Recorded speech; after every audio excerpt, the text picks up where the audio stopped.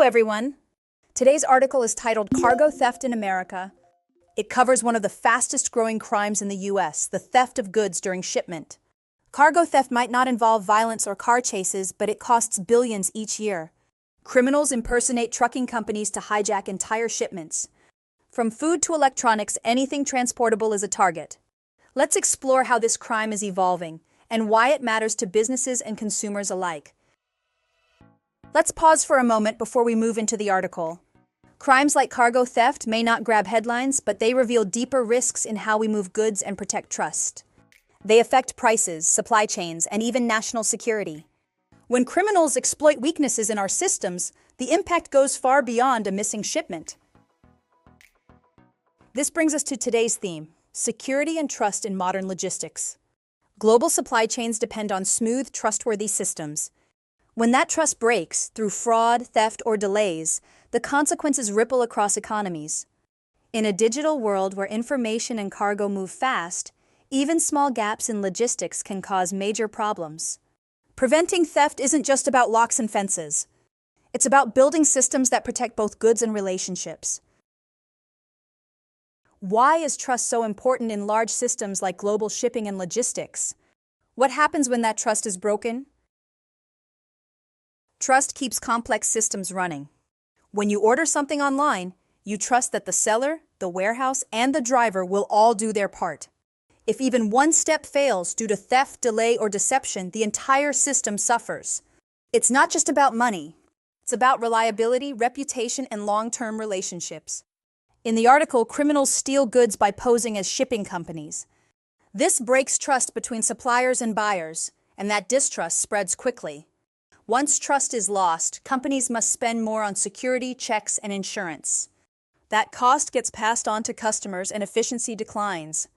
In short, trust is invisible, but when it's gone, everything slows down.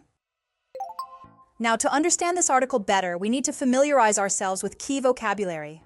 We'll go over 3 important expressions, learn their meanings, and see them in action with example sentences. Let's start with tactic.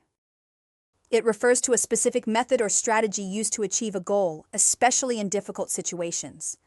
In the article, cargo thieves use new tactics to fool shippers and steal goods without violence. Here's an example. The criminals used a clever tactic, posing as legitimate drivers to trick the warehouse staff. Next, let's look at impersonate. It means to pretend to be someone else, especially to deceive others.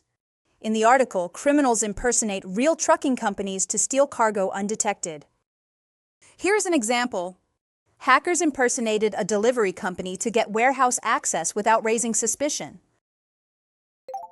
Finally, let's go over phishing. It refers to the act of tricking people online into giving up personal information, usually through fake emails or websites. In the article, phishing is one of the modern tools criminals use to carry out cargo theft. Here's an example. The company received a phishing email that looked like a real shipping order and lost thousands of dollars. Now that we've explored the main themes and vocabulary, let's reinforce our understanding with a summary dictation exercise. Listen carefully and fill in the blanks. Cargo theft is rising rapidly across the U.S., costing companies nearly $1 billion annually. Criminals use fake documents to hijack shipments without violence, making it a low-risk, high-reward crime. Common targets include food and electronics. Despite growing threats, many cases go unreported. Businesses and lawmakers are calling for stronger enforcement and new technology to fight back. Experts warn the issue could disrupt the national economy. Let's check the answers and review what each word means. The first answer is hijack. It means to illegally take control of a vehicle or shipment. The second answer is violence. It refers to the use of physical force intended to hurt or harm. The third answer is high reward. It describes something that offers a big benefit or profit, often despite risks.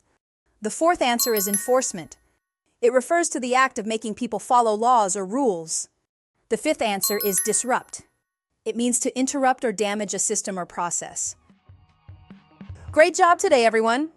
We looked at how cargo theft works, why it's hard to stop, and what it means for the economy. We also explored key terms like hijack, enforcement, and disrupt.